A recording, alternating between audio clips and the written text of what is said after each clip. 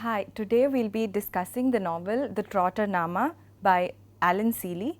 Allan Sealy was born in 1951 in Allahabad. He grew up in Lucknow, but he also had spent a significant amount of time outside India in New Zealand and other places. The Trotter-Nama, a Chronicle, is his first novel. It was published in 1988. His other works include The Everest Hotel, which was nominated for a Booker Prize, The Brain Fever Bird, and Zilaldin, his most recent one. The novel The Trotter-Nama fits squarely in the period of postmodern, post-colonial writers in India, along with his contemporaries like Salman Rushdie, Desani, Vikram Chandra, and the others. The title, The Trotter-Nama, can be equivalent to the epic of the Trotters or the Chronicle of the Trotters. Allan Sealy chooses the form of the Nama, which is a traditional Indian way of telling history, especially as we can see in the Akbar-Nama, which is one of the most important medieval accounts of medieval Indian history that we have today. So even in this form, his choice of form, the Nama, we can see a very conscious attempt to situate himself in a particular kind of literary history. The Trotter-Nama borrows a lot of features of the Nama form and incorporates it into a modern retelling of the nation. The Trotter-Nama, what it sets out to do is quite vast and epic in its ambition, because we see that Allan Sealy in a way is trying to rewrite history, not just of the nation like Salman Rushdie does with his Midnight's Children, but also by using rewriting of the Anglo-Indian community.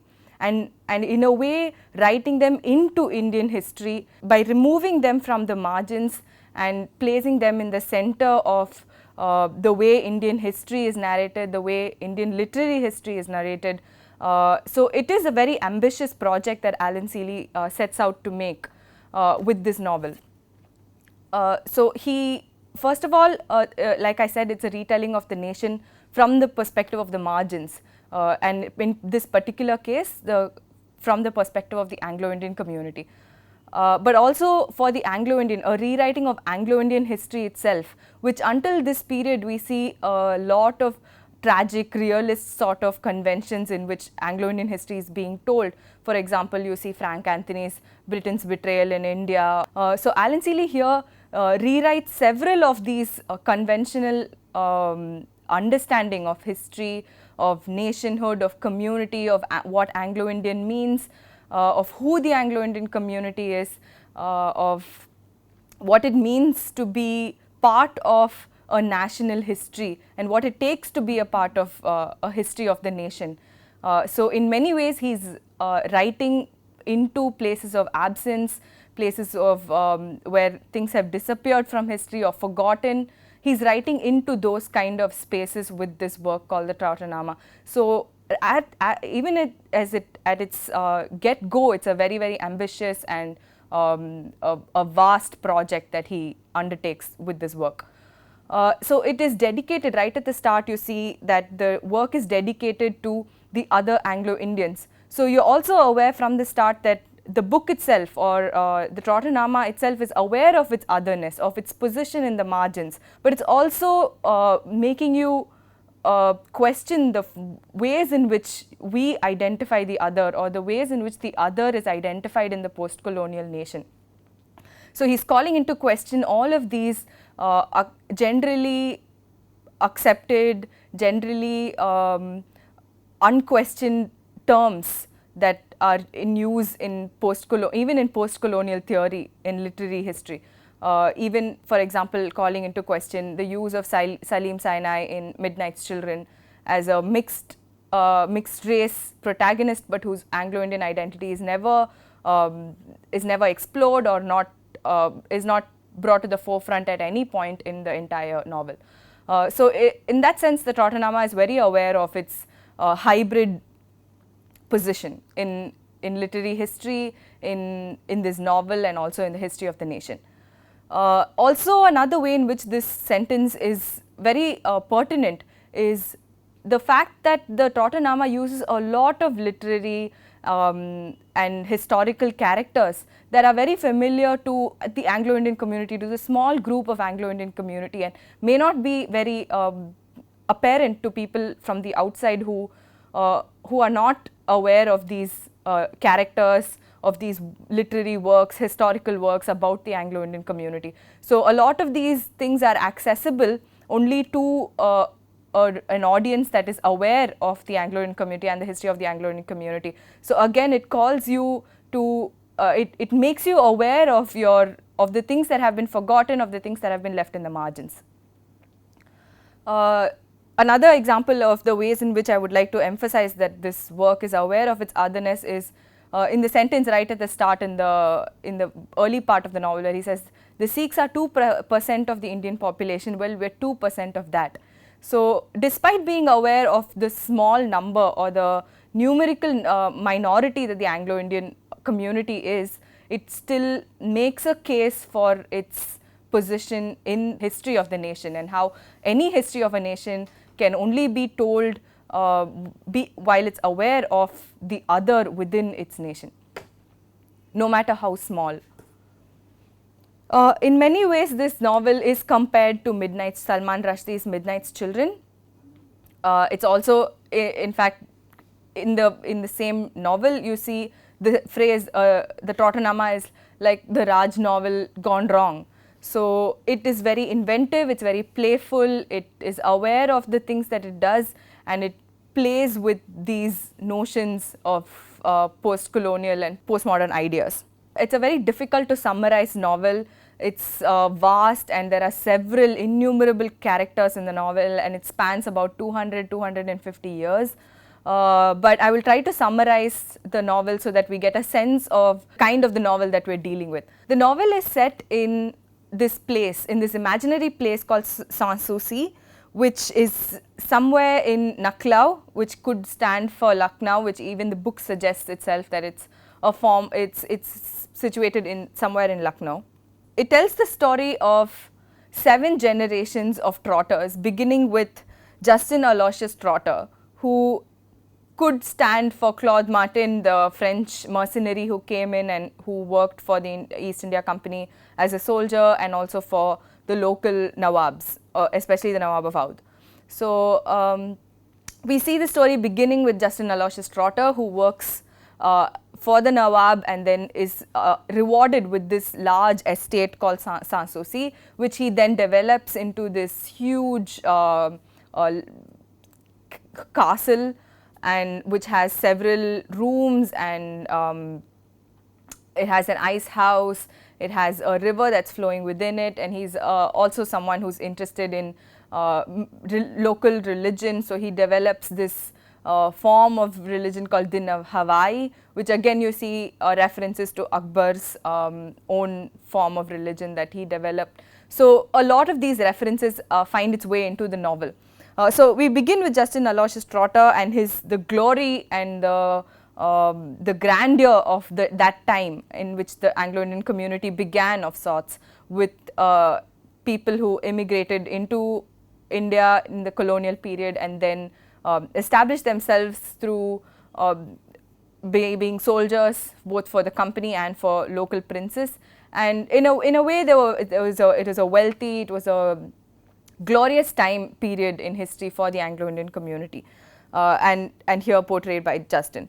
And then you see his son Mike, who is also a soldier who follows in his father's footsteps, and then we see several other generations of Trotters who become soldiers, poets, painters, politicians, and even one dhoti-clad nationalist politician in this family tree. It is the story of a great house called the Trotters, who then slowly over time expand, they grow, their growth, the glory of this house, and also the steady decline and the eventual poverty in which this community ends itself is kind of the story that the novel portrays. So in the way that this story is told is Eugene Aloysius Trotter, the last Trotter, the 7th Trotter, is narrating this story, because he says, he claims that Justin Aloysius is haunting him in his dreams, that he needs to write the story of the Trotters, that the story of the Trotters needs to be written. So we see Eugene taking up this quite reluctantly to narrate the story of the Trotters. And so he puts together this large narrative with epic elements, and with really with includes the whole gamut of characters from Anglo-Indian history and Indian history.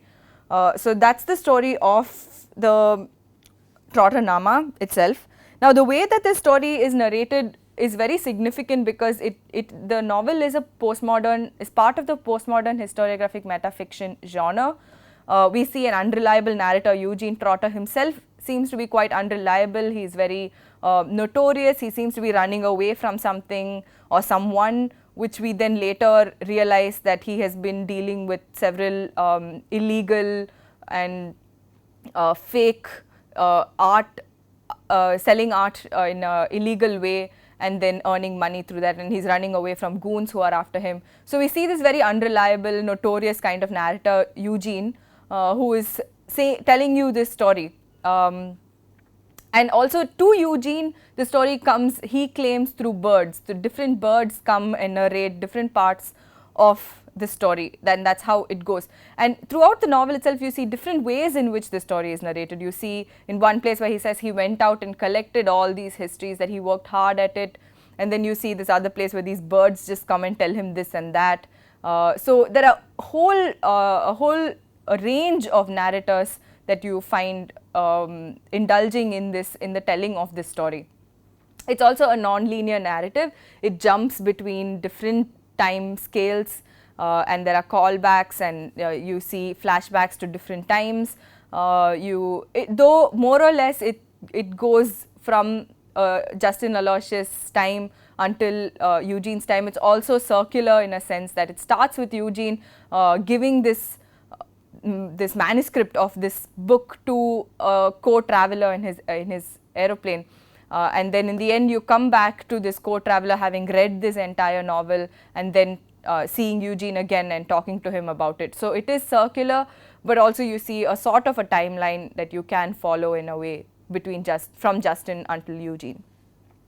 But a bulk of the book is dedicated to the period of glory of Justin, Mike, and Charles, and so on. After that, the number of characters also increase significantly, and the number of events and begin to take a very fast pace, and you also get a sense of the quickening of history at that period between the 1900s and in the post-independence period. So there's a quickening of events which you get a very real feel for in the novel by the number of things that happen consecutively. It uses the form of pastiche by having a lot of interspersed with lots of asides. It also juxtaposes historical documents and fictional narratives, brings these two together, and makes you question the historicity of fiction and the fictionality of history itself. He does use several of these forms like pastiche and parody with great skill in this novel. The novel also can be considered as a great work in parody.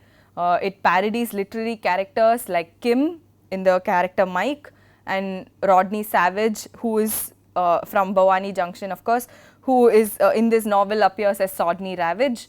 So there are several literary characters who are parodied throughout the text. And you also find historical characters, especially from the gamut of Anglo-Indian historical figures who had who still hold great respect within the community. For example, Henry de Rosio, James Skinner, Cedric Dover, and people like that who also appear with different names or slightly modified names.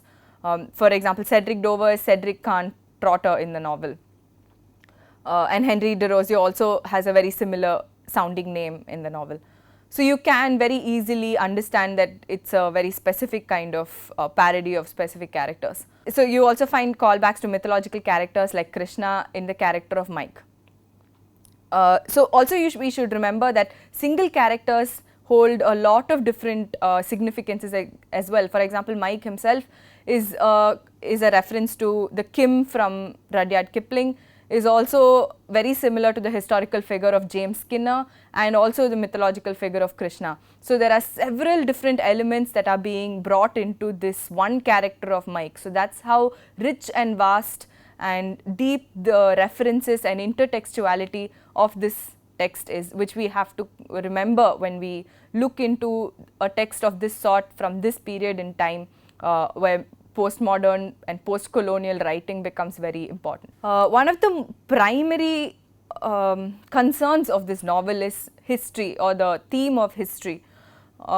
He calls history in this novel a foul substance, and in a way the Trotter-Nama itself is a counter or a challenge to traditional history writing and historiography itself.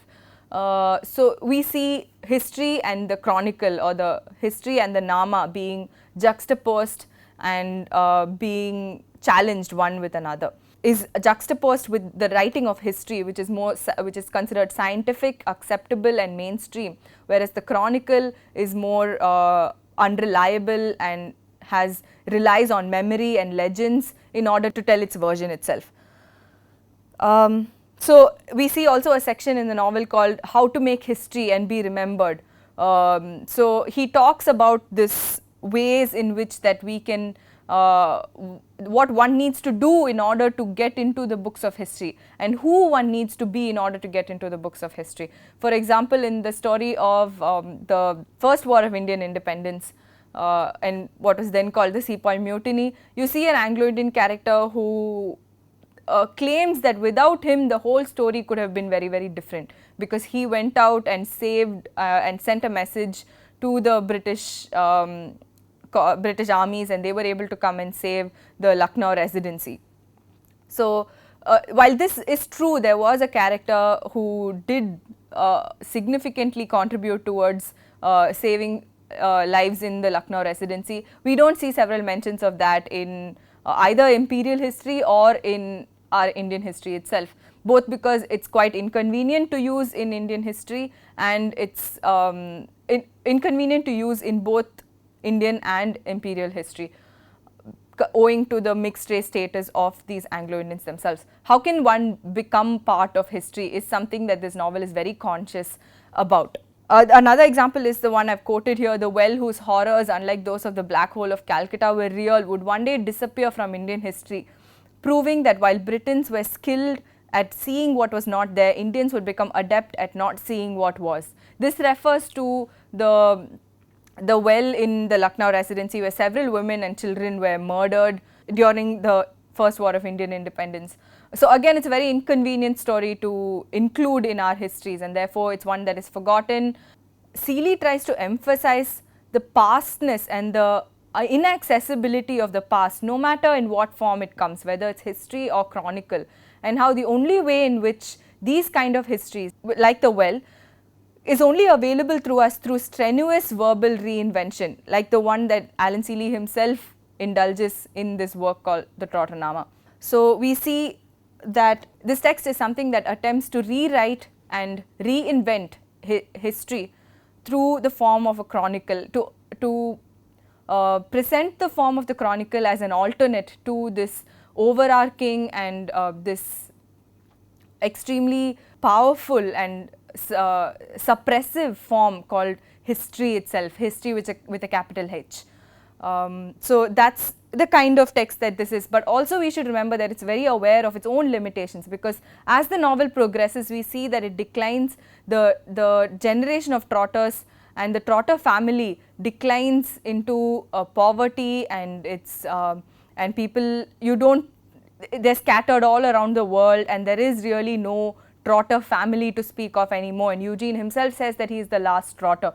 So while it does present an alternate form that we can, through which we can access this unknowable and almost invisible past, it is also very aware that the power of history itself is so vast that, or so great, that the truth that you can't hide from is that the community has become a lot more scattered. The community has become, has forgotten its own history. The nation has forgotten the community, and all of these are inescapable in a form, and that is really brought into the text in the way that the novel ends, especially in the last few lines of the novel, where it says, "To tell you the truth, I made up the whole line. I mean, joining up all those trotters like that." So he kind of dismantles his own history, his own telling of history, and says that none of this is true and he just made it up on a whim.